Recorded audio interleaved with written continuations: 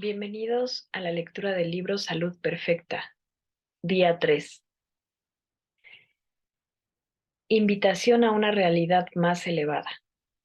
El cuerpo es un río. Todos tendemos a ver nuestros cuerpos como esculturas congeladas, objetos sólidos e invariables, cuando en realidad son más bien como ríos, pautas de inteligencia, fluidas y en perpetuo cambio.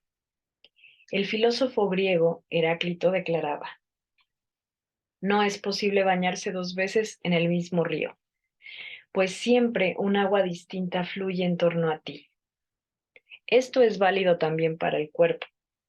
Si pellizcamos un Michelin de nuestra cintura, la grasa que estrujamos entre los dedos no es la misma que estaba allí el mes pasado. El tejido adiposo, las células de grasa, se llena y se vacía de grasa constantemente, de manera que se renueva por completo al cabo de 3 semanas. Cada 5 días se forma una nueva pared estomacal. Las células estomacales de la capa interior son sustituidas por otras en cuestión de minutos mientras digerimos la comida. Mudamos la piel cada 5 semanas. El esqueleto, de apariencia tan sólida y rígida, se renueva enteramente cada 3 meses. En conjunto, el flujo de oxígeno, carbono, hidrógeno y nitrógeno es tan veloz que bastarían unas semanas para reconstituir todo el organismo. Solo los átomos de hierro, magnesio, cobre, etcétera, más pesados, demoran el proceso. Aunque uno conserva el mismo aspecto por fuera, en realidad es como un edificio cuyos ladrillos se ven continuamente reemplazados por otros. De año en año, el 98% de la cantidad total de átomos que hay en el cuerpo se renueva. Así lo han confirmado los estudios de radioisótopos realizados en los laboratorios de Oak Ridge, California. El dominio de este torrente constante de cambio radica en el nivel cuántico del sistema mente-cuerpo.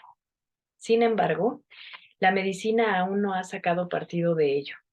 Todavía no ha dado el salto cuántico.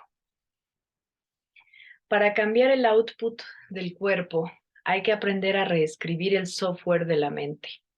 En los capítulos siguientes me gustaría guiar al lector en un viaje de autoexploración. Le mostraré cómo la Ayurveda puede darle un mayor control de su salud, desde ese nivel cuántico que es la próxima frontera de la medicina. Este sistema se divide en 3 partes, correspondientes a las 3 divisiones de este libro. Parte 1. Un lugar llamado Salud Perfecta. Primero, analizaremos la posibilidad de gozar de una salud perfecta, para luego pasar a asuntos prácticos. El Ayurveda enseña que la naturaleza proporciona a cada persona un proyecto propio y único, denominado Prakruti, o tipo físico. Al responder al simple cuestionario del capítulo 2, usted descubrirá a cuál de los 10 tipos físicos básicos se ajusta su cuerpo. Este es el paso más importante para alcanzar un estado de salud superior, pues nuestro Prakruti nos indica cómo pretende la naturaleza que vivamos. Según el Ayurveda, nuestro cuerpo sabe qué le conviene y qué lo perjudica. La naturaleza nos dota desde que nacemos de los instintos correctos. Una vez que el lector comience a captar y seguir esas tendencias innatas, descubrirá que su fisiología es capaz de alcanzar el equilibrio por sí sola, con un esfuerzo mínimo por su parte. Tal como explicaremos en profundidad, algunos desequilibrios extremadamente pequeños en el organismo siembran el germen de enfermedades futuras. Mantener el equilibrio, en cambio, puede ser garantía de una salud óptima. Enumeraremos los puntos fuertes y débiles de cada tipo físico, para posibilitar al lector la elección de su propio método específico para evitar las enfermedades. La dolencia que usted debe tratar de prevenir es aquella a la que es más propenso, y eso es lo que indica su Prakruti, o tipo físico. Parte 2. El cuerpo humano mecánico cuántico. En esta sección ahondaremos en el nivel cuántico interno y estudiaremos el modo en que la mente encamina el cuerpo hacia la enfermedad y la salud. Miles de años antes de que la medicina moderna descubriera el vínculo entre mente y cuerpo, los sabios de la Ayurveda habían logrado dominarlo. Desarrollaron una técnica interior que opera desde los niveles más profundos de nuestra conciencia. El secreto de la salud perfecta reside en la práctica de estas técnicas. Analizaremos el papel de la meditación en la tarea de remover los obstáculos del camino hacia la salud. Exploraremos la manera de servirnos del cuerpo humano mecánico cuántico para influir en el cuerpo físico, con mayor eficacia que con fármacos, dietas o ejercicios.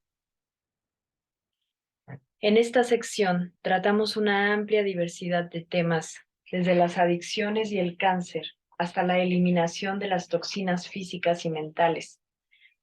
Todas las áreas de la medicina que se cubren en el Centro Chopra para el Bienestar. Si el lector se ve a sí mismo a través de los ojos de un médico ayurvédico y lee los casos de personas que han seguido nuestros programas, comprenderá mejor por qué la curación cuántica representa un gran avance en nuestra comprensión de la mente y el cuerpo.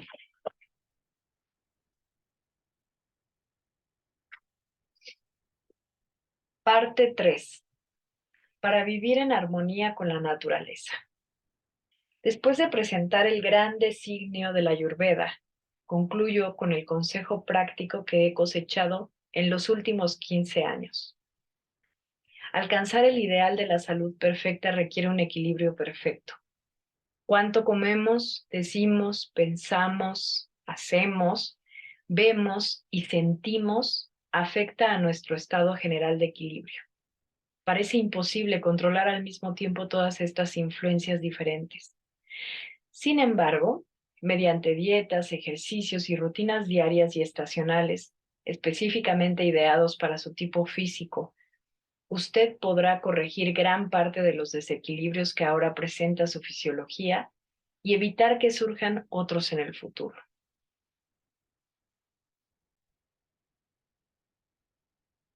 El reencantamiento de la naturaleza.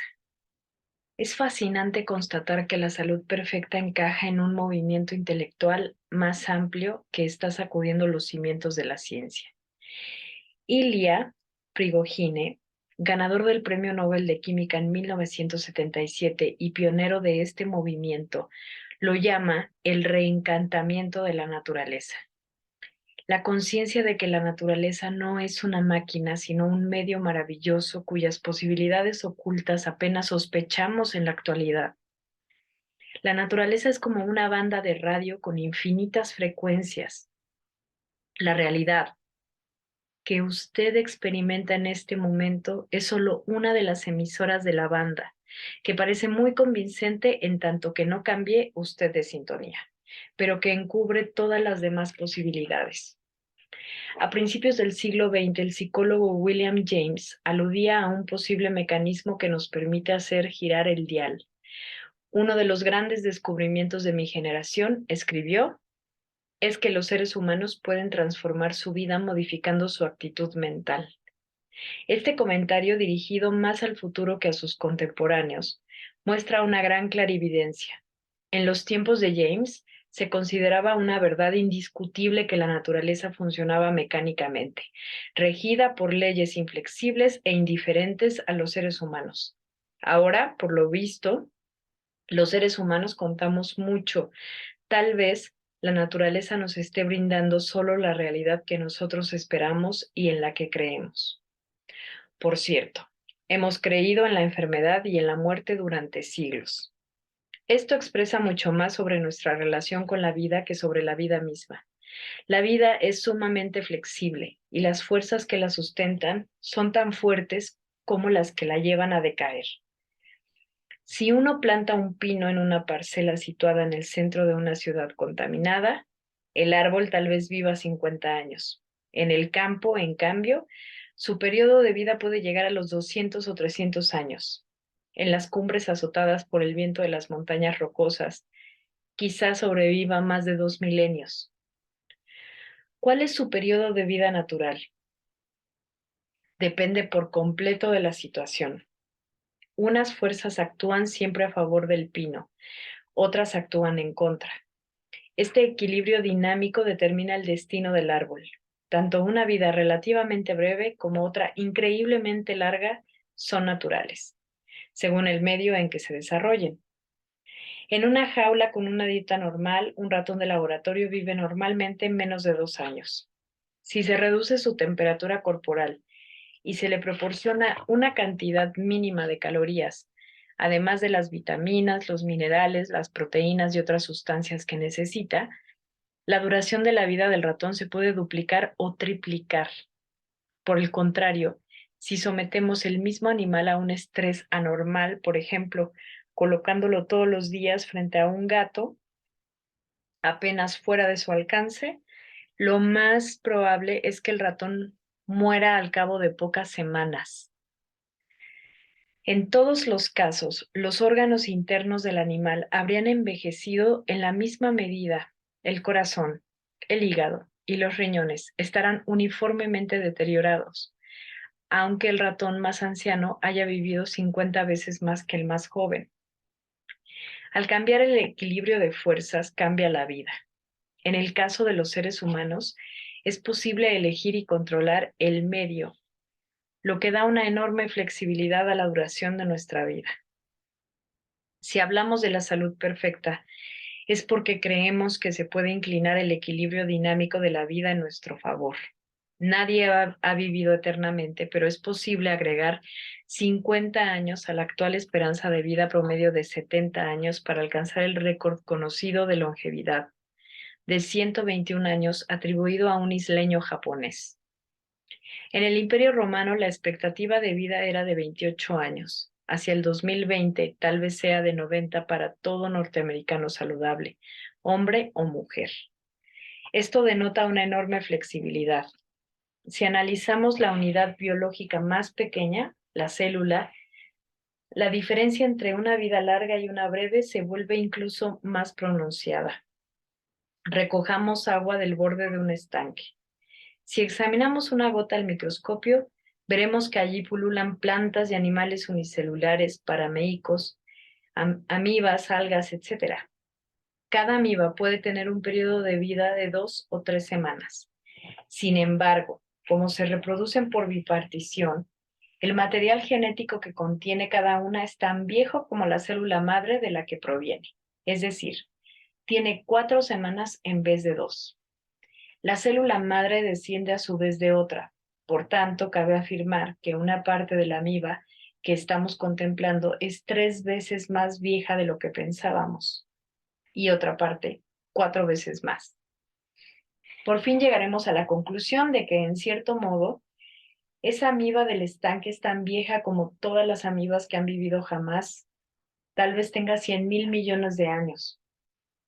En sí, los átomos y las moléculas que integran la amiba no forman parte de ella desde hace tanto tiempo. Vienen y van constantemente en un torbellino de oxígeno, hidrógeno, carbono y nitrógeno. Aún así, la amiba conserva su forma y su identidad generación tras generación.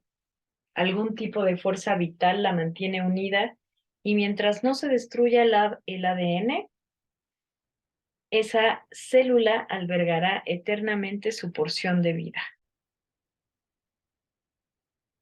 Nuestro cuerpo, compuesto por entre 50 y 100 billones de células, es increíblemente más complejo que una amiba, pero al igual que esta, alberga una vida a la vez antigua y joven.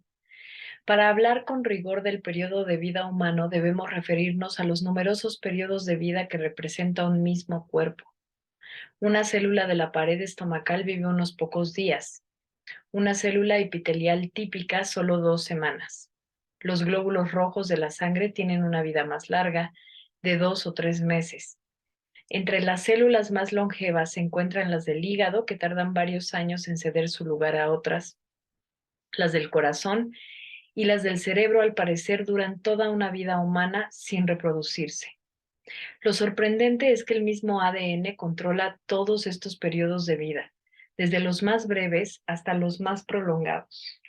Las células de la piel y las del cerebro, Son genéticamente idénticas. Su origen está en el momento de la concepción, cuando la mitad del ADN paterno se fusiona con el ADN de la madre, para formar esa secuencia única de ADN que acaba por convertirse en una persona individual. Mediante un proceso que apenas empezamos a comprender, ese ADN genera todo tipo de células especializadas, las del cerebro, las de la piel, el corazón, el hígado, etcétera, cada una con una duración de vida específica. No es posible determinar con solo observar una célula si su vida será larga o corta. Las neuronas del cerebro que duran toda una vida son casi idénticas a las células olfativas de la nariz. Sin embargo, estas se renuevan cada 4 semanas. Al igual que la amiba, cada célula humana está constituida por átomos que la atraviesan volando. Literalmente, el intercambio de oxígeno y dióxido de carbono en los pulmones se lleva a cabo en cuestión de milésimas de segundo. Los iones de sodio y de potasio son bombeados y entran y salen de las células cerebrales 300 veces por segundo. El músculo cardíaco extrae el oxígeno de la hemoglobina con tanta celeridad que en unos pocos segundos la sangre que entra en el corazón por las arterias coronarias de color rojo intenso sale casi negra. A pesar de todo, este interminable torbellino de actividad no disuelve la forma ni la identidad de una persona, como no disuelve las de una amiba. Nuestro ADN ha sido característicamente humano desde hace varios millones de años. El ADN primitivo del que desciende es tan antiguo como la vida misma. Se remonta a casi 2.000 millones de años. Somos extremadamente estables en el plano genético, aunque el material de nuestro cuerpo venga y vaya. Una vida libre de imperfecciones. Dado que la vida es tan flexible y dinámica, lo extraño es que no se prolongue más. Y se prolongaría si supiéramos manejar el equilibrio de fuerzas que operan dentro y alrededor de nosotros. Los antiguos sabios de la Ayurveda tuvieron la audacia de formular la pregunta fundamental: ¿es inevitable enfermar y envejecer? Su respuesta fue negativa. Si mantenemos nuestra fuerza interior en armonía y equilibrio con el medio circundante, podemos volvernos inmunes a la enfermedad. Un equilibrio perfecto posibilita una salud perfecta. En el Ayurveda nos basamos en el principio de que cualquier dolencia se puede evitar siempre que conservemos el equilibrio, no solo en el cuerpo, sino también en la mente y el espíritu. Los sabios ayurvédicos nos enseñan que en todos nosotros existe el impulso de crecer y progresar. Este impulso determina nuestro equilibrio general de forma automática. Actúa en todas las células, pero especialmente en el cerebro, que regula simultáneamente la temperatura del cuerpo, el ritmo metabólico, el hambre y la sed, el sueño, la química de la sangre, la respiración y muchas otras funciones. La coordinación entre todas ellas debe ser increíblemente exacta para mantener un estado de buena salud. El hipotálamo, una diminuta región del cerebro anterior, no más grande que la punta de un dedo, coordina decenas de funciones automáticas del cuerpo, por lo que se ha ganado el sobrenombre de cerebro del cerebro. Pero la auténtica fuente de equilibrio se encuentra aún a mayor profundidad, en el nivel cuántico. Aquí es posible potenciar nuestro impulso básico de crecer y progresar. Mediante técnicas especiales que exploraremos más adelante, esta es una zona vital pero desconocida para casi todas las personas, que por este motivo se encuentran con frecuencia indefensas frente a la enfermedad y el envejecimiento. Cuando las fuerzas que actúan contra la vida ganan la partida, el cuerpo no tiene otra alternativa que deteriorarse con el tiempo. Por el contrario, si aprendemos a vivir en equilibrio desde el nivel más profundo, no habrá límites previsibles para nuestro crecimiento interior. Decenas de libros analizan la importancia del crecimiento interior, pero descuidan el principio clave que destaca la Ayurveda. El crecimiento es automático, forma parte del plan de la naturaleza escrito en nuestras células. No hay más que remontar el silencioso río de la inteligencia hasta su fuente. Ese es el secreto final de la salud perfecta. Si permitiésemos que la mente se expandiera y explorara realidades más elevadas, el cuerpo la seguiría. ¿No bastaría eso para salvarlo de la enfermedad y la vejez?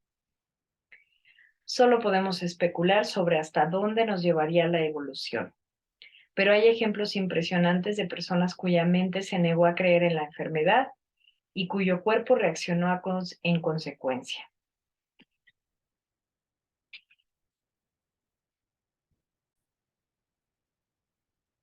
No hace mucho traté a un paciente suizo llamado Andreas Schmidt, a quien le habían diagnosticado un cáncer mortal. Hace 1 año y medio se percató de que un punto de la espalda le dolía cuando se reclinaba en la silla. Al palpárselo, detectó una zona hinchada del tamaño de una moneda. Su esposa dijo que parecía un lunar grande y oscuro. En el espejo de mano de su esposa, Andreas vio que se trataba de un bulto entre pardo y purpúreo, situado justo en medio de sus omóplatos. A partir de ese momento, los acontecimientos, cada vez más desalentadores, se sucedieron con rapidez. Un oncólogo de Ginebra le hizo una biopsia que reveló la presencia del melanoma, la forma más virulenta del cáncer de piel y la que se extiende con más celeridad. Un día después operaron a Andreas.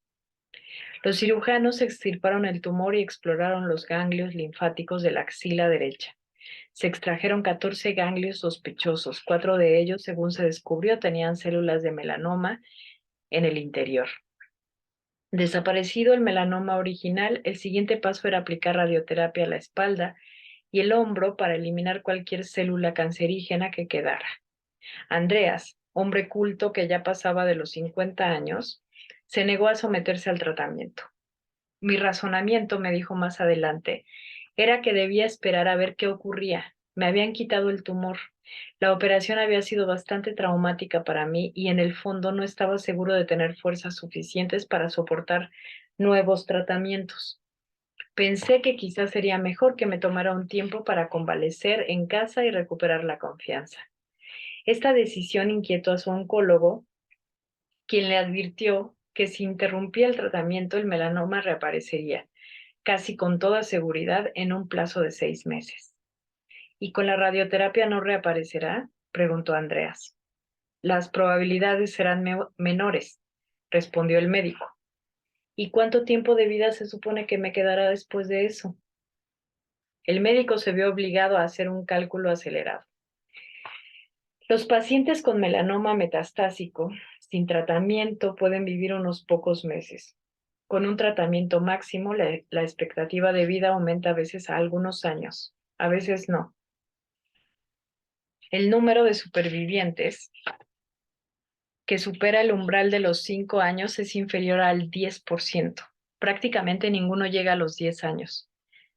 Si no voy a sobrevivir a largo plazo, repuso Andreas, ¿por qué he de pasar por ese infierno solo para complacer a un médico? Siguió adelante con su vida durante los 6 meses siguientes, hasta que se detectó un ganglio linfático hinchado, esta vez bajo el brazo izquierdo. Las pruebas demostraron que se trataba de la reaparición del melanoma, tal como le habían pronosticado. Su estado ya no permitía a los médicos albergar esperanzas realistas. Cuando Andreas vino a Estados Unidos en busca de ayuda, yo le expliqué a grandes rasgos el concepto de cuerpo mecánico cuántico. El cáncer, antes de manifestarse físicamente, se activa en un nivel más profundo.